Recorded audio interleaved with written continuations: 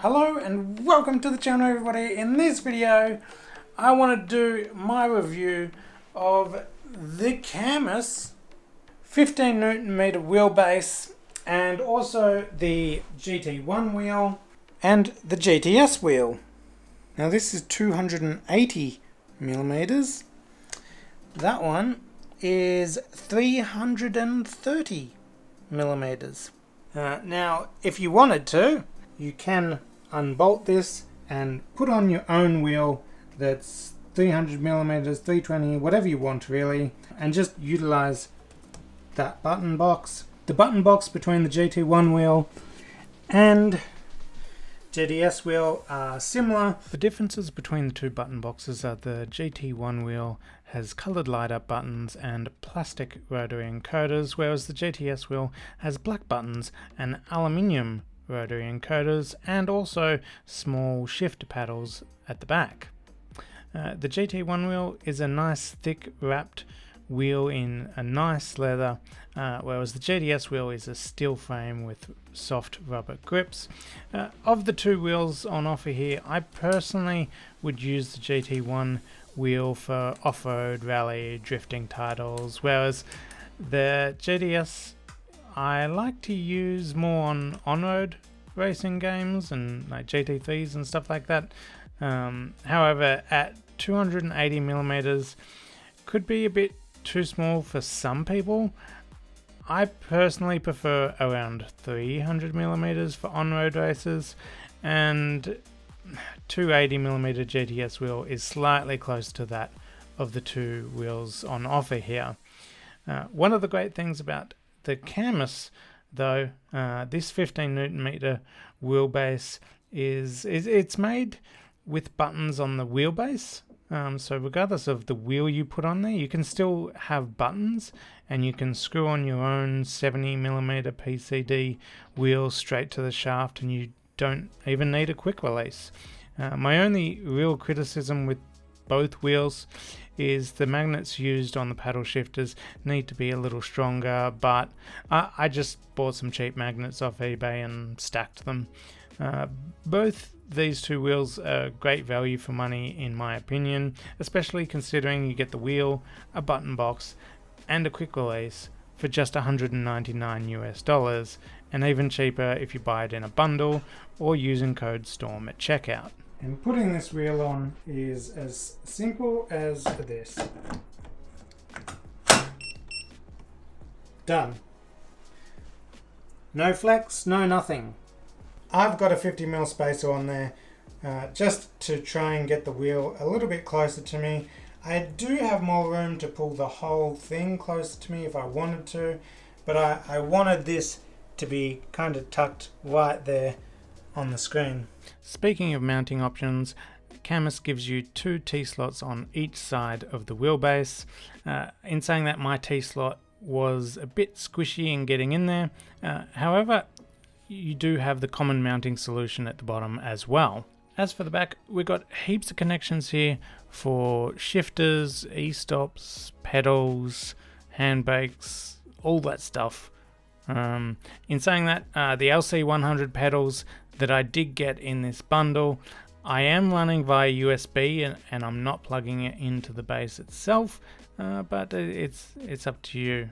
Some people might not have the USB slots, but yeah, it's good to have the capability of just plugging it into the base. For more on the LC100 pedals, I will be doing a review separately to those right after this video. Alright, so here we are in the Cammus software now. It's recognizing my Cammus devices.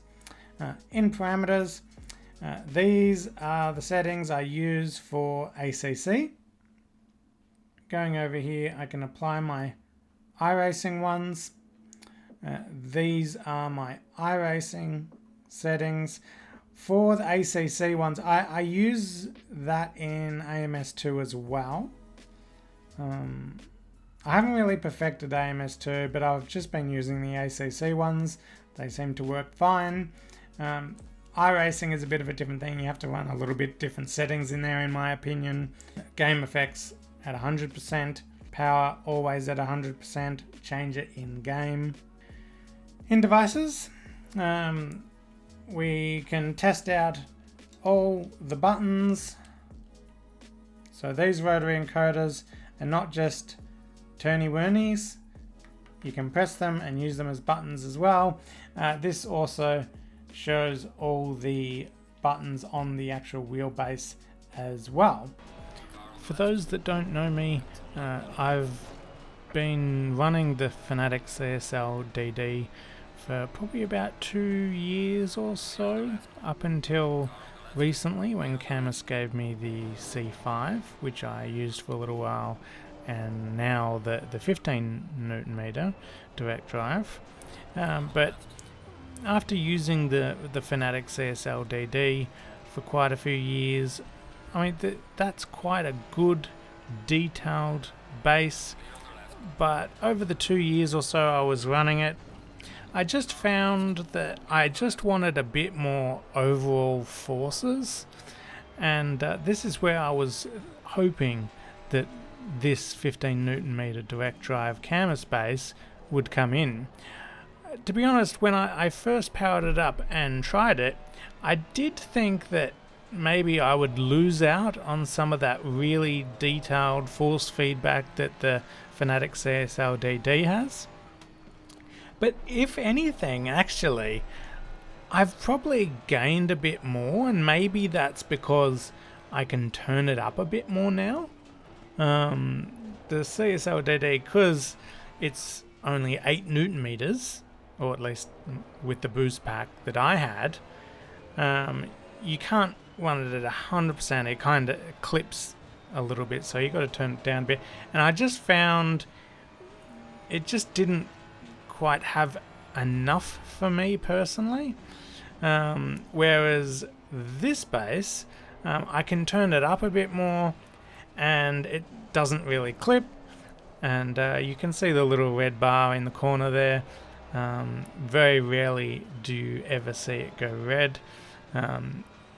I've got this on about 50% force feedback in game, I think it is, and it's very good, very detailed, probably more detailed than the Fanatec CSL DD, and I've got more overall forces as well, which is great because this is like 15 Newton meters, and to be honest, I've been really happy with this base and the feedback.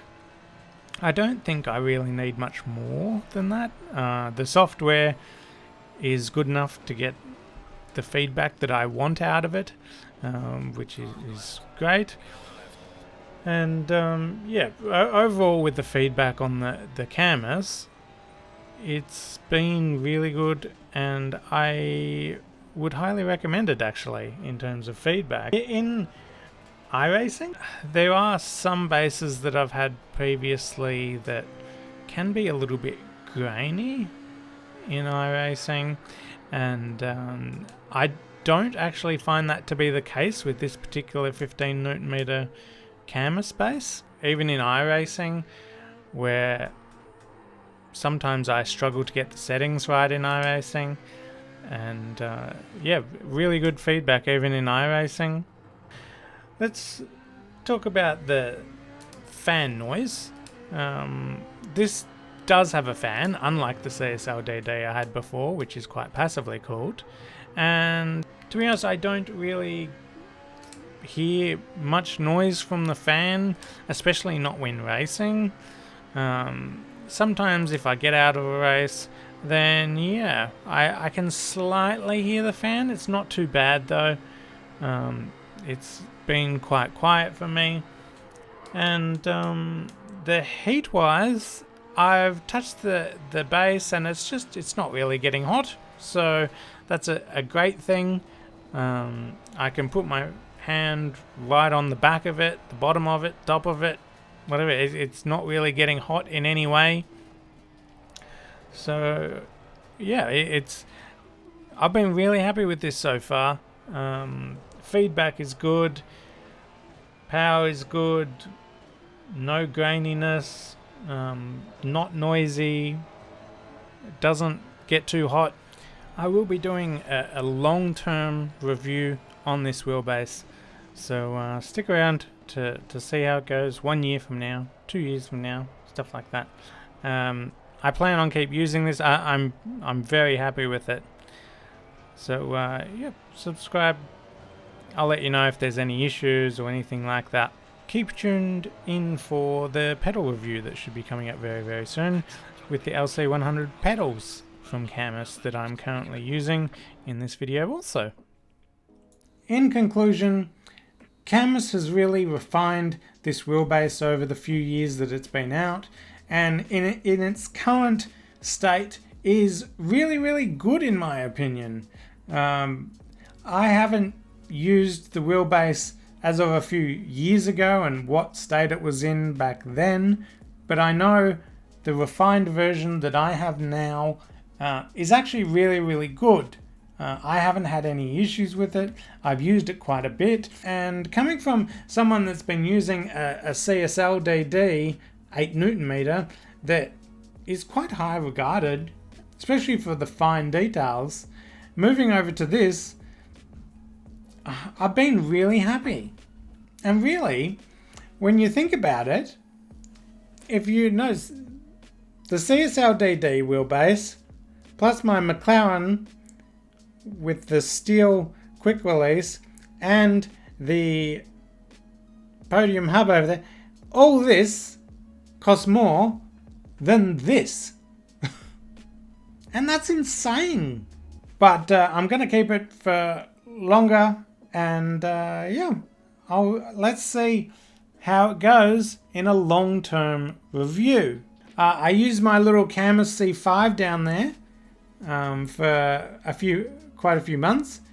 Again, not a problem. That was a really good little wheelbase, and hopefully no problems with this wheelbase either. So anyway, thanks for watching this video, everybody. Hit that like button if you liked it, subscribe for more videos, and I'll see you in the next video.